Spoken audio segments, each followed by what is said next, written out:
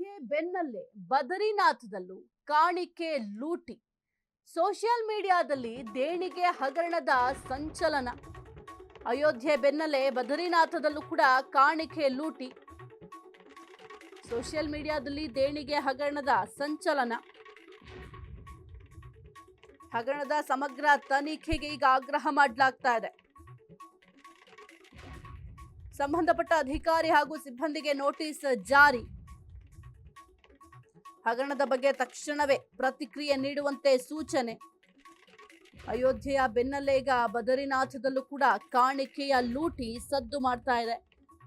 ಇನ್ನು ಸೋಷಿಯಲ್ ಮೀಡಿಯಾದಲ್ಲಿ ಒಂದು ದೇಣಿಗೆ ಹಗರಣ ಸಂಚಲನವನ್ನ ಸೃಷ್ಟಿ ಮಾಡಿದೆ. ಹಗರಣದ ಸಮಗ್ರ ತನಿಖೆಗೆ ತನಿಖಾ ಸಮಿತಿಯನ್ನ ದೇವಸ್ಥಾನದವರು ರಚನೆ ಮಾಡಿದ್ದಾರೆ. ಯಾಕೆಂತಂದ್ರೆ ಭಾರಿ ಆಕ್ರೋಶ ಕೂಡ ವ್ಯಕ್ತವಾಗ್ತಾ ಇದೆ. ಇನ್ನು ಸೋಷಿಯಲ್ ಮೀಡಿಯಾದಲ್ಲಂತೂ ಈ ಒಂದು ವಿಚಾರ ಬಹಳ ಒಂದು ಸಂಚಲನವನ್ನ ಸೃಷ್ಟಿ ಮಾಡಿದೆ.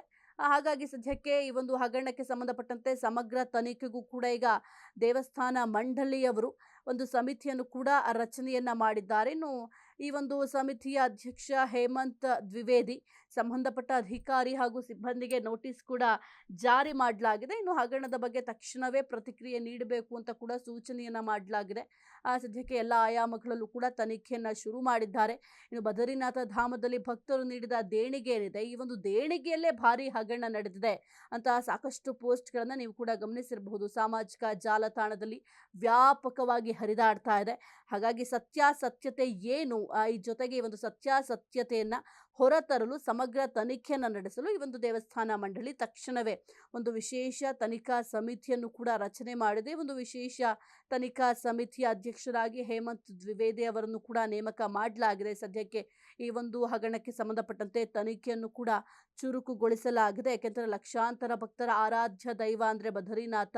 ಈ ಒಂದು ಬದರಿನಾಥನ ಸನ್ನಿಧಿಯಲ್ಲಿ ಇಂಥದ್ದೊಂದು ಹಗರಣದ ಸುದ್ದಿ ಕೇಳಿ ಬಂದಿರೋದ್ರಿಂದ ಭಕ್ತ ವಲಯದಲ್ಲೂ ಕೂಡ ತೀವ್ರ ಆಕ್ರೋಶ ಮತ್ತೆ ಸದ್ಯಕ್ಕೆ ಅಸಮಾಧಾನ ಕೂಡ ವ್ಯಕ್ತಪಡಿಸ್ತಾ ಇದ್ದಾರೆ.